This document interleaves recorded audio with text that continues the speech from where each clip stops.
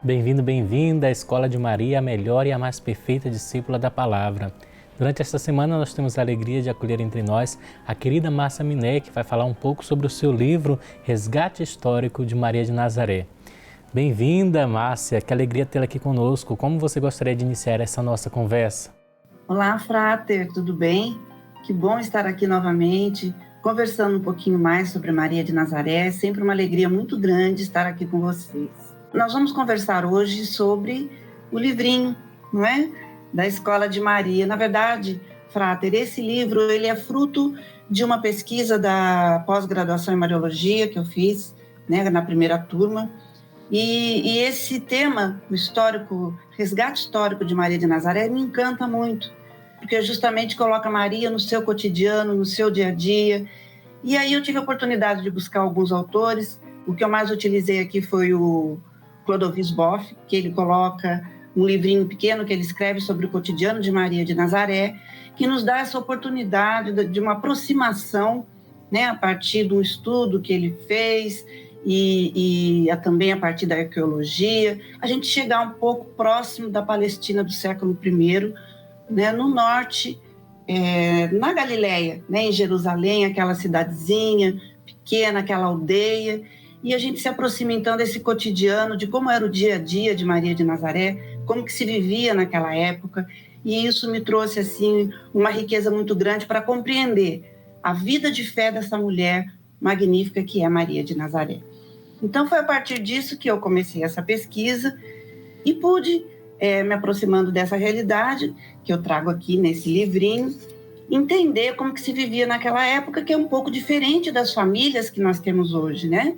Família no tempo de Jesus, na Palestina no século I, eram em clãs.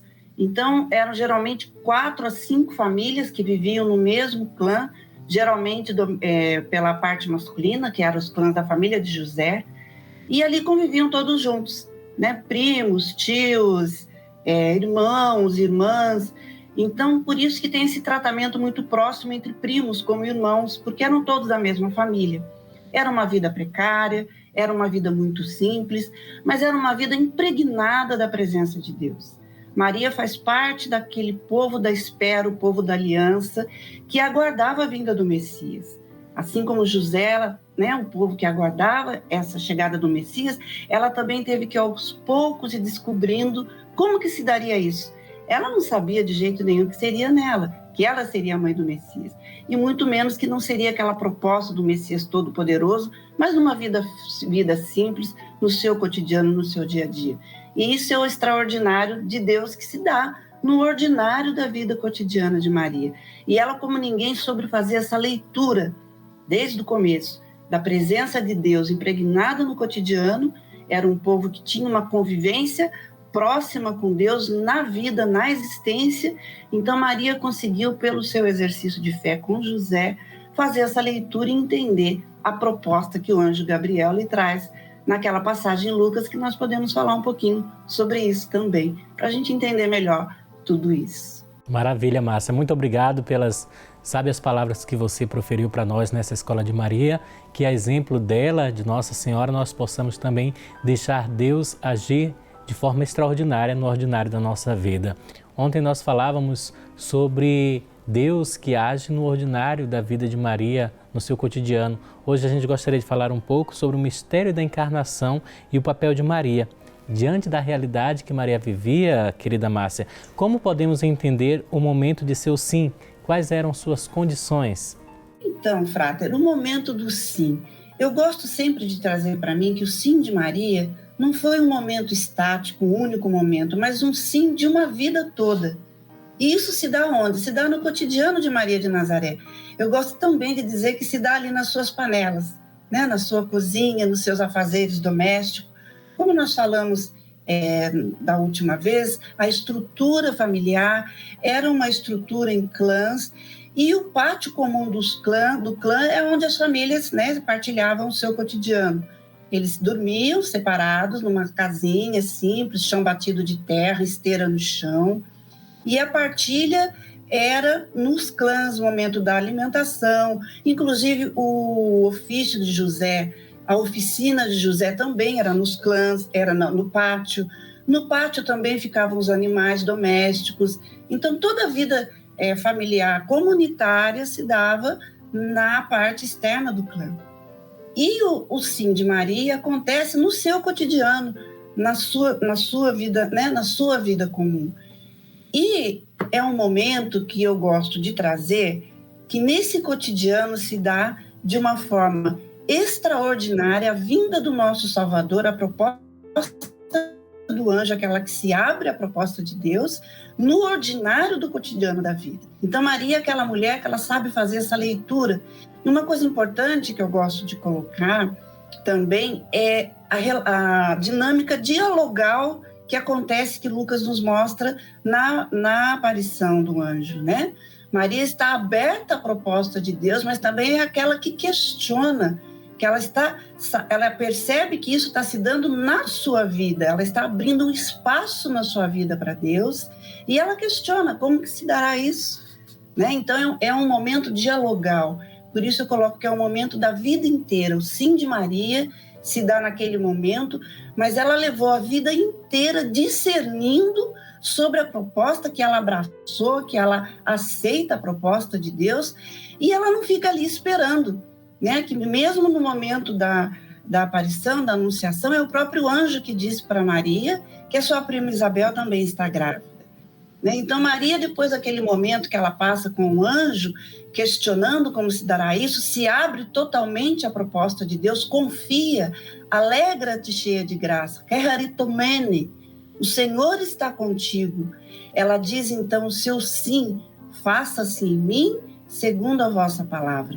E ali ela parte ao encontro de Isabel, né? Ela não fica ali tentando entender, tentando questionar, mas ela aceita, assume, dialoga e se coloca em saída para ajudar a sua prima Isabel, que ali também é revelado a ela que a prima estava grávida já com uma idade um pouco mais avançada. Então Maria ainda é esse exemplo de mulher que abre espaço para Deus, faz o seu sim no discernimento, prestando atenção nos sinais que a vida lhe dá e se coloca a caminho, né? A resposta se dá no caminho, se dá em saída, indo ao encontro do outro. E Maria é a primeira a nos dar esse exemplo, essa virtude de saber escutar, é escutar com o coração, né? Escutar com a alma, escutar com todo o seu ser, essa fé que desinstala, que tira da zona do conforto, que coloca nos desafios da vida. E Maria nos mostra assim nessa atitude de se abrir totalmente a uma proposta que ela não sabe totalmente como se dará, mas ela crê e confia e sai ao encontro da sua prima Isabel para fazer esse discernimento, agindo na vida, naquilo que é necessário ser realizado com muita fé e abertura às dificuldades, né? Porque a fé implica sempre um risco, dificuldade, mas uma alegria imensa no coração. Então a gente vê assim, Márcia, que é uma disponibilidade não só a Deus e ao seu projeto, mas também uma disponibilidade aos irmãos, né? E a gente gosta sempre de usar também essa imagem de Maria para destacar esse convite que o Papa Francisco nos faz de sermos uma igreja em saída, né? A exemplo de Maria que saiu para ir ao encontro de Isabel, que nós também possamos sair ao encontro daquelas pessoas que necessitam de nós.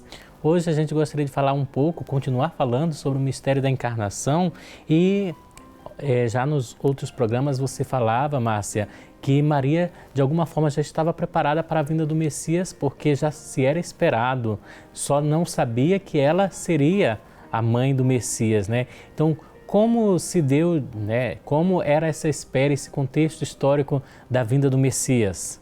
Olá, Frata. Então, como nós estávamos falando na nossa última conversa, Maria sabia da vinda do Messias, era o povo da aliança, era o povo que esperava a chegada do Messias. Mas ela não sabia que seria ela, não é? Então, essa compreensão é o momento do discernimento de fé de Maria. Porque o povo judeu, assim como José, já tinha assim, o costume de todos os momentos colocar a presença de Deus na sua vida, fazendo várias orações diárias, oração matinal, a oração do horário do almoço, das refeições, que a gente chama de berracá, mas também vários berracotes, que são orações pequenas. Louvado seja, bendito seja meu Senhor. Então se louvava a Deus na vida em si. Então era um povo da aliança com Deus impregnado na vida. E foi justamente por Maria fazer parte desse povo que aguardava a vinda do Messias, que ela teve condições de discernir e saber que o momento chegou. Mas é naqueles afazeres, como eu falei, doméstico, né? Maria era uma mulher simples. Naquela época, Frater, os papéis da mulher e do homem eram muito bem definidos, né? As mulheres tinham a atenção mais voltada para os afazeres domésticos, né? E os homens ficavam também com a questão da profissão, da oficina, saídas ao mercadinho para fazer compras, mas a criança ficava até os 5 anos de idade somente aos cuidados da mãe. Por isso Jesus acompanhou tanto Maria para pegar água no poço. Naquele momento, para pegar água no poço, era o momento que as mulheres se encontravam para conversar, para saber quem morreu, para saber quem casou, falar sobre as festas do cotidiano. E os homens, então, saíam para fazer as compras. Até os 5 anos, o menino fica com a mãe, e após os 5 anos, então, a criança passa aos cuidados do pai, e aí sim, com o pai, ele vai aprender o ofício de carpinteiro, que era o ofício de José, e também aprender sobre as leis, sobre a Torá, sobre a palavra de Deus, sobre as festas, né, religiosas. Então, tudo isso se dá nesse contexto do seu cotidiano, do seu dia a dia. E é assim que Jesus vai crescendo, né? É assim que Jesus vai se tornando esse homem. Eu gosto de dizer, Frei, que muitas das características de Jesus, ele herdou dessa relação muito próxima com a sua mãe até os 5 anos, e também com a relação depois com José.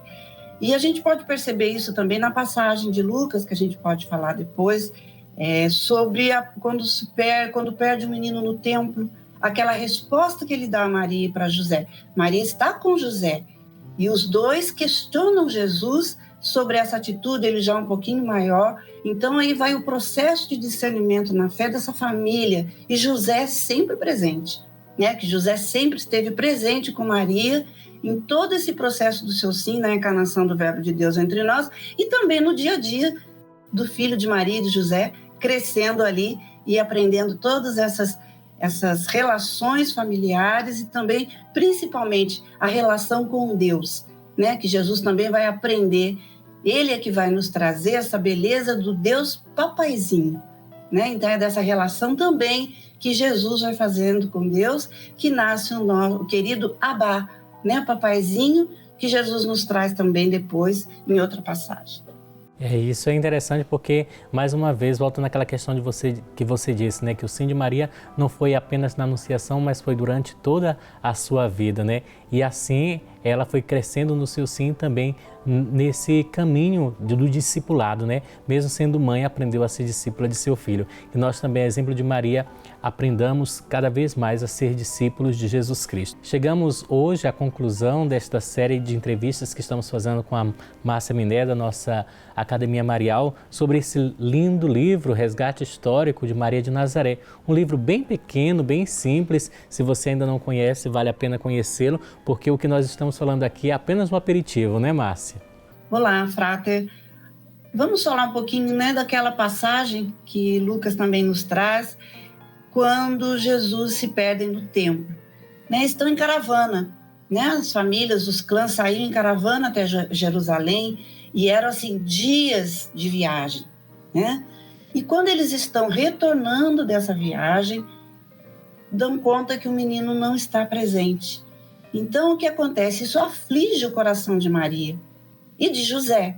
E Maria, então, com José, retoma, né, até Jerusalém em busca do menino, e encontra Jesus no templo pregando. E aí Maria questiona Jesus. Jesus sempre leva Maria a refletir, a discernir. E ela coloca assim: meu filho, por que fizeste isso conosco? Então esse conosco no plural nos mostra a presença atuante de José todo o tempo com Maria, né? Nesse processo todo, nesse momento da viagem até Jerusalém, mas também desde o começo. Né, desde o começo da própria encarnação, onde que não aparece em Lucas, mas em Mateus aparece, que também José teve que fazer um discernimento, e teve ali a ajuda também, que foi no sonho, né, com o anjo, mas isso aparece só lá em Mateus. Mas nesse momento em si, Jesus, qual é a resposta que Jesus dá para Maria e para José? não sabias que eu estou cuidando das coisas do meu pai? E essa também é uma resposta que coloca Maria a discernir. Ela não entende totalmente como assim, mas ela sabe que algo está se dando de muito grande ali.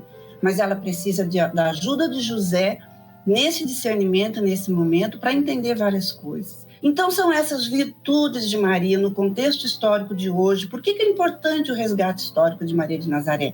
Porque hoje nós também fazemos o nosso discernimento da nossa fé, e Maria é essa que nos dá essa direção, né? Ela nos dá o caminho para não nos perdermos do caminho do seu filho, fazer tudo o que eles vos disser. E ela é a primeira, ela vai à frente, é a primeira discípula, a primeira missionária, a primeira que se abre e nos mostra o caminho a fazer hoje, no nosso dia a dia, no nosso discernimento, na nossa fé, na ação do Espírito Santo de Deus, no nosso contexto em que estamos, aonde vivemos, aonde estamos, é neste lugar, aonde estamos, que nós precisamos, assim como Maria, na ação do Espírito Santo, olhar os sinais de Deus ao nosso redor e saber como fazer, como agir, para que Cristo nasça em nosso coração, para que possa estar presente no mundo, no nosso convívio, no nosso dia a dia, nesse momento muito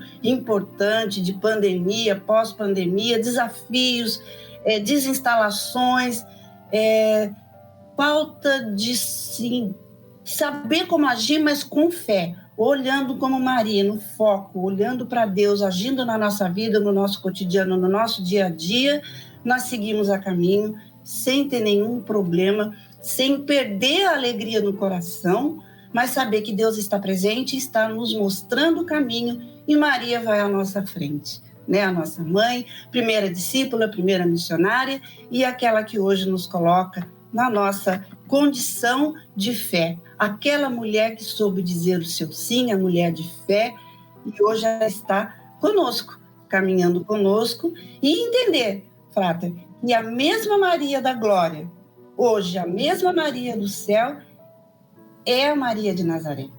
Né? Então, entender essa dinâmica sempre de trazer Maria de Nazaré é a mesma Maria da glória, a Maria da fé, que fez esse processo de discernimento na fé, como todos nós também temos que fazer na ação do Espírito Santo, como o Papa Francisco sempre gosta muito de falar, né? Uma igreja que se coloca a caminho de Jesus com Maria.